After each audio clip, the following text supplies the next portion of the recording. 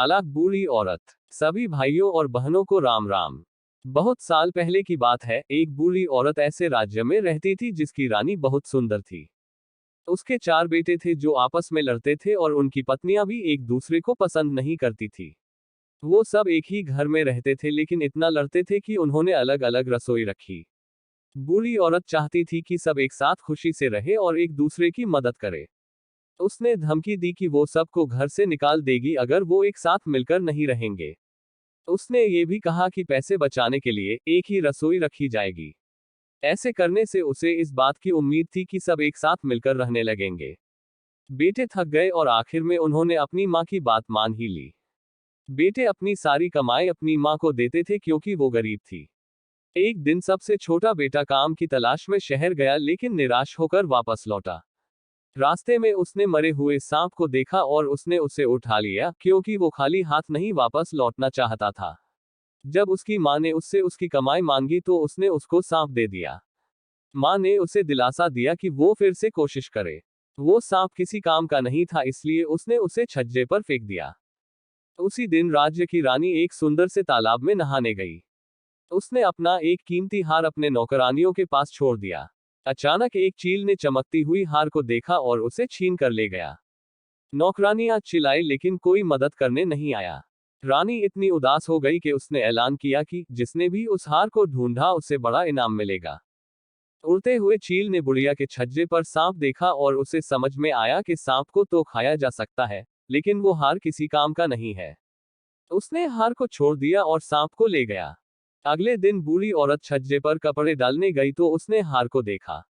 वो जानती थी कि रानी वो हार कब से ढूंढ रही थी। दिवाली कुछ ही दिनों में आने वाली थी। इस मौके पर दिए जलाए जाते हैं लक्ष्मी जी को खुश करने के लिए। बूढ़ी औरत रानी के महल गई और चौकीदार से पूछा कि क्या वो रानी से मिल सकती है। रानी ने हार को देखा तो वो बहुत खुश हो गई और उसने वादा किया कि वो बूढ़ी औरत को बड़ी रकम देगी। बूढ़ी औरत ने मना कर दिया और बोली, मैं गरीब हूँ, इतनी बड़ी रकम मैं संभाल नहीं सकती। मेरी यह इच्छा है कि दिवाली पर सिर्फ मेरे ही घर में दिए जलाए जाएं, और किसी के घर में नहीं। रानी थोड़ा हैरान हुई लेकिन वो इतनी खुश थी कि उसने आदेश दिया कि सिर्फ बूढ़ी औरत के ही घर में दिए जलेंगे। बूढ़ी औरत ने अपने परिवार को घर का एक एक कोना साफ करने को कहा और खूबसूरत फूल से सजाने को भी कहा। सबने साथ में मिलकर काम किया और बूढ़ी औरत ने पूरे घर में दिए जलाए।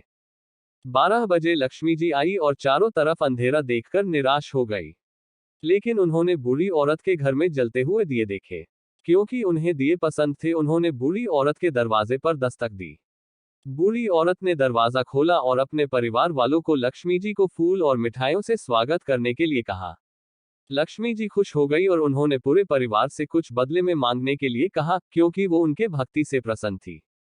बूढ़ी औरत ने कहा, हम चाहते हैं कि आप हमारे घर में हमेशा के लिए रहे ताकि हम सदा खुशी से रह सके। लक्ष्मी जी सोचकर बोली, मैं रहने को तैयार हूँ, लेकिन आप सबको एक साथ मिलकर रहना होगा, लड़ना नहीं है। अगर किसी ने भी मेरी बात नहीं मानी तो मैं ये घर छोड़कर चली जाऊंगी। सब इस बात से बहुत खुश थे कि लक्ष्मी जी संतुष्ट थी। वो सब उनकी बात मान गए और उसी दिन से पूरा परिवार मिलजुल कर साथ में रहने लगा और एक दूसरे की इज्जत करने लगे।